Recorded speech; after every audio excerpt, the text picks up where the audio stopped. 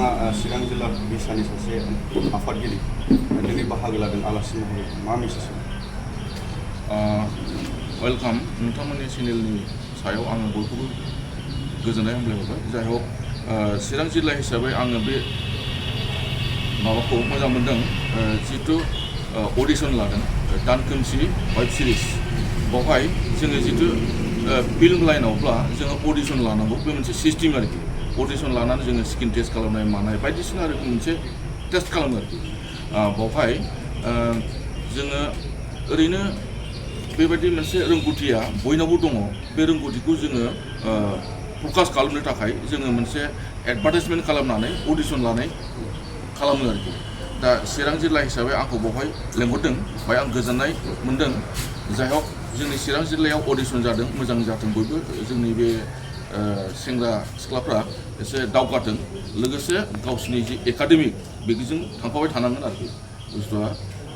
जोङो जि सिस्टेम दङ बे सिस्टेमा जेरै बलिउड बेफ्रावबो जोङो मोनसे ट्रेनार मोनसे एनएसडि लाइन बा बहुद टेकनिकेल लाइन दङ बेबायदि मोनसे कर्स फरायनानै बेबायदि दावगानायबो दङ जोंनि बर'आव दासो टेकनिकेल बहुद दावगागासिनो दङ दा बेखौ जोङो बर' जाथिया एसे अनसायगासिनो दङ एसे फरायनाय लेभेल बे ट्रेनिं मोनसे मा होनो बेखौ कर्स लाइन बेफोरबायदि लानानै जों दावखोगासिनो दङ दा टेकनिकेल लाइनावबो बहुद मोजां जाबाय आङो बेखौ साबायखर बावो जोंनि बर' जाथिखौ जों कालसारखौ जिथु दावगाहोनोब्ला जों मा खालामनांगौ टेकनिकेल लाइनजों आरोखि बे आं बे चिरां जिल्ला हिसाबै आं बेखौनो वेलकाम खालामबाय दिनै जोंनि चिरां जिल्लायाव दि बिदि मोनसे अडिशन लादों वेब सिरिज दानखोमसि बेखौ लानानै आरोखि दा थेंक इउ आं बेखौनो बुंबाय सावथुन मुलुगनि गेजेरजों गावखौ माबायदि जिउ राहा दानायाव सुंथायो होनना सानो बावहाय जेनेरेलि ओरैनो सावथुन मुलुगाव मोनसे पपुलार जानोब्ला मेनलि मोनसे ड्रामाटिक मोनसे लेभेल कर्स थानांगौ बे हाई लेभेल गोजौनिफ्राय होमब्ला जोङो बाहाय जोङो नुयो ओरैनो जेरै बलिउडफ्राव बेबायदि मोनसे टेकनिकेल लाइनजों कर्स फरायनानै बांसिन थांनाय नुयोमोन गोदो दा खिन्थु ओरैनो जेनेरेलि सोरबा पाब्लिकफोरखौ लालाबायनाय माने बहुद खम आरोखि मोनसे टेकनिकेल लाइनावसो लायो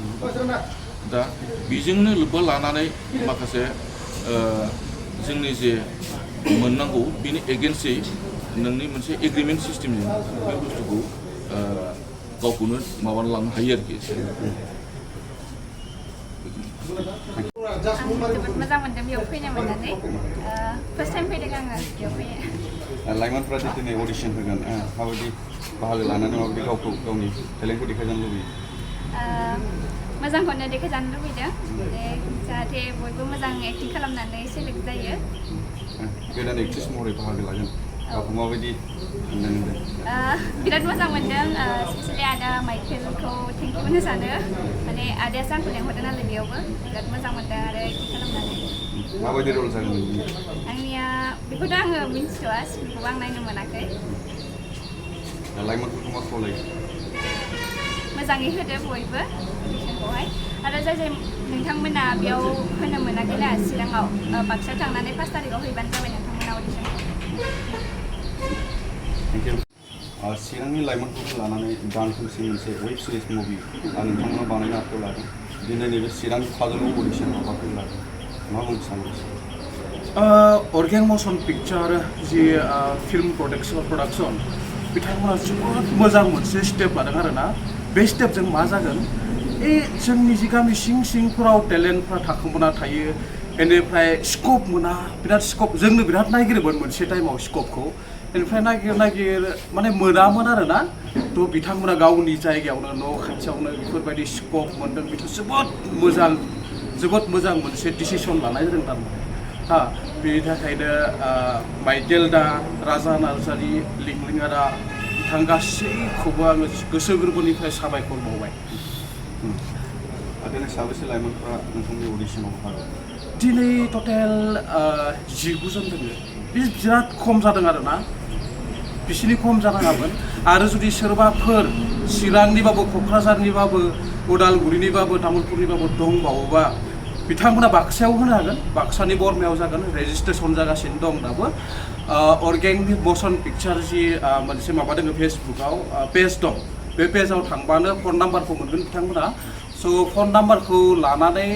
कन्टेक्ट खालामबानो रेजिस्ट्रेसन खालामनो हागोन दाबो होनो स्कप दं आरो लाइमोनफ्रा माबायदि